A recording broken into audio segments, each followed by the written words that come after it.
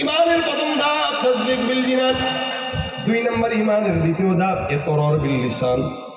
অন্তর দিয়া বিশ্বাস করার পর জবান দিয়া বলতে হবে লা ইলাহা ইল্লাল্লাহ মুহাম্মাদুর রাসূলুল্লাহ।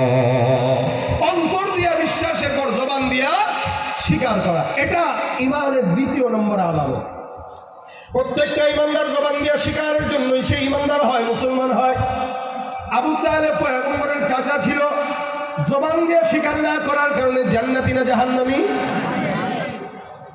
সাকরাতুল মাউতের সময় যখন আবু তালেব মৃত্যুর অবস্থায় যখন জর্জরিত, নবী আমার কানের সামনে এসে ডাক দেয়া বলে, চাচা একটা বারের জন্য আপনি জবানটা খুলে বলেন লা ইলাহা ইল্লাল্লাহ। চাচা ডাক দেয়া বলে, মুহাম্মদ তোমাকে বিশ্বাস করি, মানি, জানি, সব কিছুই স্বীকার করি, কিন্তু তুমি জবান দিয়ে স্বীকার করার জন্য বলতেছো এটা পারবো না, কারণ জবান দিয়ে স্বীকার করার পর আমার বংশের মানুষটাই আমাকে গালি দিবে, জবান দিয়ে স্বীকার করার পর আমার বংশের মানুষটাই খারাপ বলবে, অন্যান্য কথা বলবে, বংশের মানুষদের কথা শুনতে পারবো না। এতটুকুনের জন্য আবু তালেব কালেমা স্বীকারোক্তি দেয় নাই, যার কারণে কিয়ামত পর্যন্ত হয় চিরস্থায়ী জাহান্নাম।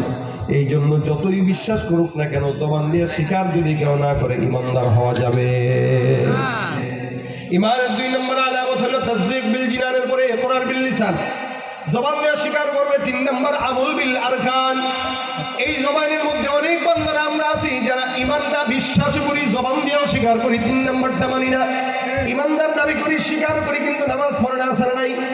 ইমানদার দাবি করে, স্বীকার করে, কিন্তু সুন্নাত মানে না, আছে না নাই? দাড়ি রাখে না, আছে না নাই?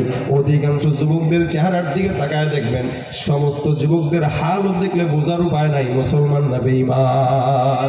সবগুলোর হাল হতে মুসলমান দাবি করে, চুল রাখছি, ইংলিশ কাটিনে, চোখা মুন্সি, এদিক দিয়ে প্যান্ট একটা বসছে, রানে সিরা, নিচে সিরা, পাশার দিকে সিরা, দেখলে মনে হয় চিড়িয়াখানার দরজা খোলা ছিল, পলায় আসছে।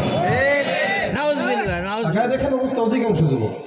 টুপিটা খুলতে বলবেন, চোখের হালত দেখবেন অবস্থা, চুলের হালত দেখবেন অবস্থা, হাতের ভিতরে ট্যাটু লাগায়, বুকের মধ্যে ট্যাটু লাগায়, পিঠের মধ্যে ট্যাটু লাগায়, হাফ প্যান্ট পরে বের হয়ে যায়। যেটা হাফ প্যান্ট আপনি ঘরের মধ্যে পরেন না, বাইরেও পরেন না, যেটা পায়জামার নিচে পরেন, যেই শর্ট প্যান্ট পায়জামার নিচে পরেন, ওই শর্ট প্যান্ট পরে আসে পা ফিতে যায়। কত বড় ফকিন্নির চিন্তা করেন সে। এটারে সেই স্মার্ট মনে করতেছে, এটারও সেই স্মার্ট মনে করতেছে, এটারও সে আধুনিকতা মনে করতেছে। মনে রাখবেন, জামানা যত আধুনিক, মানুষ তত হিংস্র আর নোংরা, মানুষ তত গরু ছাগল। এই জন্য আধুনিকতার পিছনে না ছুটে অতীতের ইসলাম এই পর্যন্ত আধুনিক। ইসলামের চাইতে সবচাইতে আধুনিক আর ধর্ম কোনো থাকতে পারে না। অধিকাংশ যুবকরাই চুল রাখছে কার মতো বলতে পারবে না, কিন্তু চুল রাখছে, সব দিকে ছোট, উপর দিয়ে চোখা, কানের ভিতরে দুল, নাকে আবার কখনো কখনো ফুলও দেয়, আর এমন ভাবে প্যান্ট শার্ট পরে, শরীরের অঙ্গভঙ্গি দেখতে বোঝা যায় কোনটা মেয়ে কোনটা ছেলে ছাড়া বোঝার কোনো উপায় নেই। আর এখন তো মেয়েরাও দেখি পুরুষ সেজে আরেক মেয়েকে বিয়ে করতে যায়। সমকামিতার প্রচারণা হচ্ছে কি হচ্ছে না?